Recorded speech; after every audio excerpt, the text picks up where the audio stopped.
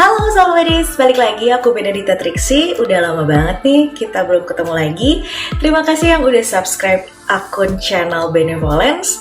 Dan untuk yang baru pertama hadir, baru pertama datang, selamat datang. Semoga kamu menemukan bahwa channel ini berguna buat kalian semuanya. Hari ini kita akan ngomongin tentang satu topik yang sebenarnya dasar, tapi penting banget untuk dimengerti, yaitu kenapa kita perlu meditasi. Ada banyak sisi penjelasan yang bisa diberikan tentang benefit dari meditasi itu sendiri. Di science banyak banget fungsi dari meditasi, yaitu bisa membuat pikiran, kesehatan emosional menjadi lebih seimbang. Nah, dari sisi spiritual juga ada.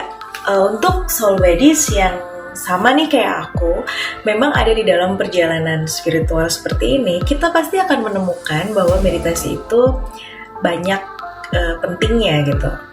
Sayangnya nggak semua orang itu bisa terkoneksi secara spiritual terhadap kebutuhan dan kepentingan meditasi ini sendiri.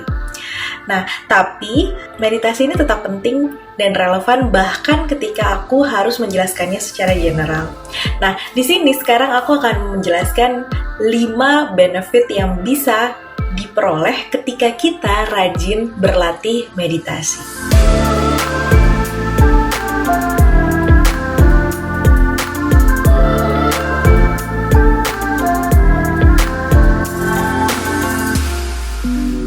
Soul buddies, seperti yang soul buddies juga tahu, organ otak itu adalah organ yang sangat penting dalam melakukan kegiatan kita sehari-hari nih.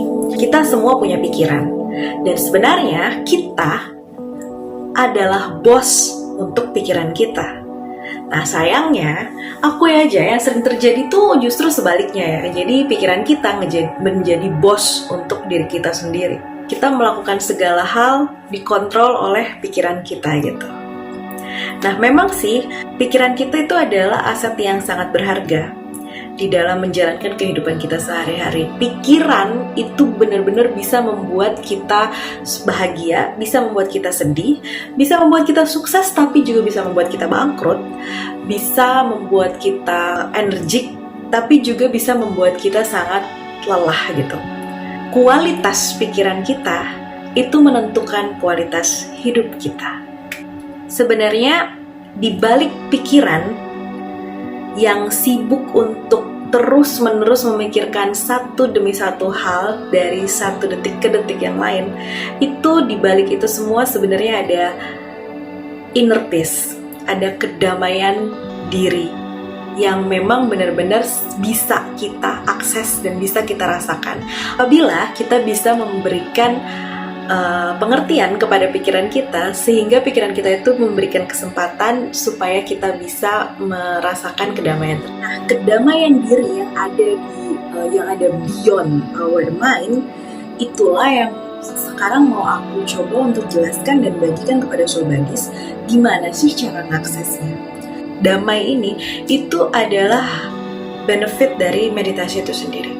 Di video kali ini aku akan menjelaskan 5 alasan utama kenapa kita perlu meditasi. Ada sebuah kekuatan yang dihasilkan dari latihan meditasi yang kita lakukan secara rutin. Tonton terus sampai habis dan jangan lupa di like, jangan lupa di subscribe nih yang belum subscribe. Jangan lupa juga komen apabila soul buddies punya pertanyaan dan punya cerita sendiri tentang hal ini. Oke, langsung aja. 5 alasan utama kenapa kita perlu meditasi. Yang pertama, dengan meditasi, kita punya kemampuan untuk fokus atau zoom in. Kita sering banget ya terdistraksi akan sebuah hal ketika kita sedang mencoba untuk fokus akan sesuatu. Nah, hal ini seringnya menjadi penghambat untuk kita menyelesaikan satu hal atau memikirkan solusi dari permasalahan yang sedang kita hadapi. Dengan kita berlatih meditasi secara rutin dan disiplin, kita tuh bisa menghadapkan sebuah objek dan kita fokus zoom in ke dalam objek tertentu tanpa ada distraksi. Atau apabila ada distraksi, kita berlatih untuk tidak goyahkan gitu fokusnya. Kita akan terus bisa melatih fokus kita, karena sebenarnya fokus itu adalah segalanya. Di hari-hari sekarang ini kayaknya ya, perhatian kita terhadap suatu hal secara fokus itu semakin pendek dari hari ke hari. Fokus kita semakin gampang terdistraksi akan hal-hal tertentu. Kita kalau misalnya punya pekerjaan yang perlu diselesaikan, seringnya nggak langsung bisa menyelesaikan secara fokus, tapi seringnya kita terdistraksi karena satu dan lain hal gitu. Dengan latihan meditasi yang disiplin, semakin hari kemampuan fokus kita tuh akan meningkat. Karena sebenarnya fokus itu sangat esensial di dalam kehidupan. Orang yang bisa fokus itu adalah orang yang bisa bertahan di dalam tekanan kehidupan. Gimana caranya kita meningkatkan kemampuan fokus ini di dalam praktek meditasi? Ada banyak sekali bantuan yang bisa kita pakai ketika kita memang akan fokus di dalam suatu meditasi tertentu. Meditasi itu banyak ya jenisnya. Ada meditasi yang memang fokus terhadap objek tertentu, tapi ada juga meditasi yang tidak memakai objek sama sekali.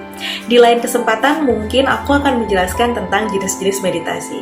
Tapi ini adalah secara generalnya aja. Ketika kita memang meditasi untuk bisa fokus terhadap satu hal tertentu, itu kita bisa menggunakan bantuan power breathing atau breathwork technique. Kita juga bisa memakai bantuan dengan mantra, menyebutkan mantra seperti chanting gitu, Om atau Lam gitu, dan beberapa mantra-mantra yang memang kita sebutkan apabila kita melakukan meditasi-meditasi tertentu. Lalu kita juga bisa memakai lilin atau suara seperti Tibetan singing bowl atau sound bath. Nah, hal itu membantu fokus kita untuk bisa tetap stay di dalam satu rentang waktu tertentu, dan ketika memang kita melatih terus fokus kita setiap waktu dari hari ke hari dengan latihan meditasi, fokus kita akan semakin baik terhadap hal-hal yang memang perlu untuk kita perhatikan. Yang kedua, dengan latihan meditasi yang disiplin, kita tuh bisa punya satu kemampuan yang lain, yaitu zoom out. Nah, kalau tadi zoom in, itu kita memang belajar untuk benar-benar masuk dan fokus ke dalam satu hal. Zoom out sebaliknya, kita menarik diri, tidak terlalu melekat pada satu hal tersebut, supaya kita punya perspektif dari berbagai sisi. Dengan zoom out, kita bisa melihat permasalahan atau suatu hal itu menjadi lebih general, menjadi lebih wide sudut pandangnya, sehingga hal yang sedang kita fokuskan itu tidak menarik emosi kita tenggelam di dalam situ. Karena seringnya kita tuh gak mau terlalu fokus akan sesuatu, karena memang hal itu tidak baik untuk kita, tapi justru itulah yang terus kita pikirin. Ini yang namanya overthinking. Kita sebenarnya nggak mau nih mikirin tentang suatu hal, tapi justru itu yang menarik kita untuk terus mikirin tentang hal itu gitu. Emosi kita tuh kayaknya diobrak-abrik tentang suatu hal tertentu, dan kita secara nggak sadar udah tenggelam di dalam pemikiran itu. Nah, hal ini men-trigger kita, hal ini juga memainkan emosi kita. Disitulah kita butuh kemampuan untuk bisa zoom out, melihat dengan perspektif yang lain, melihat sudut pandangnya itu dari berbagai sisi gitu. Dengan latihan meditasi yang disiplin, kita bisa melepaskan kemelekatan kita terhadap suatu fokus tertentu yang menarik emosi kita menjadi lebih negatif. Itu kita tarik secara zoom out, dan akhirnya kita bisa melihat the bigger picture. Oh, ternyata kita baru ngelihat ada beberapa sudut pandang yang tadinya kita nggak sadarin. Nah, dengan zoom out juga, karena kita sudah bisa menarik berbagai perspektif sudut pandang gitu ya, kita bisa mengembalikan diri kita kembali ke saat ini, present. Karena kalau kita terlalu fokus akan sesuatu dan menarik emosi negatif terhadap fokus itu, otomatis kita jadi nggak being present gitu. Kita nggak jadi mindful, tapi mind kita jadi full. Beda ya, mindful itu kita being present. Tapi your mind is full, itu artinya berarti udah nih, otak kamu sudah mengakuisisi segala hal yang seharusnya tidak kamu pikirkan dan tidak kamu rasakan, tapi kamu sudah melekat dan tenggelam di dalam situ. Nah, dengan zoom out itu semua bisa dihindari. Guys, yang ketiga, dengan latihan meditasi yang disiplin gitu ya, itu kita bisa punya kemampuan untuk pause, diam. Sebagai manusia, kita tuh seringnya bereaksi daripada merespon untuk suatu hal tertentu yang memang ganggu pikiran kita dan men-trigger kita. Dalam hitungan detik kita lebih cepat bisa bereaksi dan memberikan hal yang abis itu kita sesali daripada kita diam dulu, berpikir dulu, dan baru kita merespon dengan lebih bijak gitu. Dan ini juga aku alami guys. Lebih seringnya ketika kita ke-trigger tentang suatu hal tertentu yang memang ada kaitan emosinya dengan diri kita, itu kita karena ke-trigger itu kita langsung bereaksi. Biasanya kalau nggak marah, nangis, kesel, dan hal-hal yang lainnya. Sebenarnya hal tersebut nggak perlu, karena kita bisa diam dulu nih ketika kita ke-trigger, lalu kita pikirkan apakah benar kita perlu marah, apakah benar kita perlu kesal. Nah, dengan berlatih meditasi, kita tuh punya kemampuan itu. Diam dulu, nggak gampang ke-trigger, lalu baru kita merespon dengan bijak. Ada deh, judul bukunya adalah The Things You Can See Only When You Slow Down. Ini tuh bener banget loh. Jadi kita tuh cuman bisa ngeliat sesuatu dengan cara bijaksana ketika kita punya waktu untuk melambat, ketika kita benar-benar memberikan diri kita tuh keluangan untuk bisa melihat segalanya dengan lebih clear, lebih jelas. Nah, meditasi itu juga memberikan profit itu gitu, memberikan benefit. Ketika kita diam, segalanya tuh menjadi lebih jelas, soul buddies. Kita tidak lagi termakan oleh emosi sesaat yang membuat kita menyesal di kemudian hari. Dengan meditasi, apapun yang men-trigger diri kita, itu menjadi sebuah pertanda bahwa kita perlu diam dulu di situ dan memahami bahwa hal inilah yang perlu kita respon dengan bijaksana. Lalu kemampuan yang keempat, dengan meditasi yang rutin, kita bisa switch the channel gitu. Lalu apa nih yang dimaksud dengan kemampuan untuk merubah channel atau switching the channel? Perpaduan antara kemampuan zoom in, fokus, zoom out, see the bigger picture, dan pause, diam dulu ya, untuk melihat lebih clear gitu. Itu memberikan kemampuan kita untuk bisa merubah pola pikir kita. Itulah yang disebut dengan switch the channel. Terkadang pikiran kita ini kayak TV yang punya banyak channel gitu. Nah, seringnya kalau di TV itu kan ada ya channel-channel yang memang informatif, memberikan hal-hal yang berguna untuk ditonton dan untuk pengetahuan kita. Tapi juga banyak banget channel yang menyediakan bad shows atau hal-hal yang memang sebenarnya nggak terlalu kita butuhkan, tapi adiktif untuk kita lihat terus. Nah, seringkali pemikiran kita itu bertindak secara otomatis. Sering banget tiba-tiba pop up channel-channel yang kita nggak suka, tapi terus-menerus hadir di dalam pikiran kita. Yang lama-lama jadinya kita liatin terus tuh TV-nya, kita liatin terus channel tersebut, padahal channel itu tuh nggak baik buat diri kita sendiri. Dengan adanya latihan meditasi, kita bisa punya kemampuan untuk tidak menghiraukan perhatian kita terhadap pop-up channel yang sebenarnya nggak baik buat diri kita sendiri. Kalau dalam hal ini, itu kan metafora ya, jadi kita bisa memberikan perhatian yang tidak banyak lagi gitu kepada pikiran-pikiran yang sebenarnya tidak perlu muncul karena hal itu tidak baik untuk diri kita. Misalnya negative self-talk, kritik kepada diri sendiri yang terus-menerus membuat kita menjadi rendah diri. Dan gitu juga overthinking, berlebihan terhadap sesuatu hal yang sebenarnya tidak perlu segitunya memakan kapasitas otak kita gitu. Nah, memadukan zoom in, zoom out, dan pause itu memberikan kita kemampuan untuk akhirnya bisa mengubah sudut pandang kita nih, pola pikir kita, sehingga si channel-channel jelek ini tuh akhirnya nggak lagi kita notice, nggak lagi kita perhatikan. Dan akhirnya kan kalau misalnya nggak pernah kita perhatikan, dia jadi paling belakang gitu ya, nggak muncul lagi gitu di explore kita, nggak muncul lagi di pilihan channel TV kita gitu. Nah, jadi kita bisa lebih leluasa untuk memilih channel mana yang perlu kita tonton. Ada seorang penulis yang menulis buku Meditasi sebagai Pembebasan Diri. Nah, dia juga seorang Romo, namanya Johannes Sudrianta. Aku punya kesempatan untuk bisa ikut retreat bersama dia, dan ini bukunya bagus banget, bener banget. Meditasi adalah jalan pembebasan diri. Karena dengan meditasi itu tadi, kita bisa berlatih membebaskan diri kita dari pikiran-pikiran emosi yang sebenarnya kita nggak perlu untuk pikirin. Ingat guys, emosi yang sehat itu akan membuat badan fisik kita juga sehat, sehingga kita bisa terhubung dengan baik antara mind, body, and soul-nya.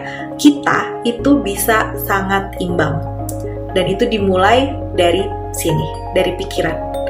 Makanya tadi aku bilang, the quality of your mind define the quality of your life.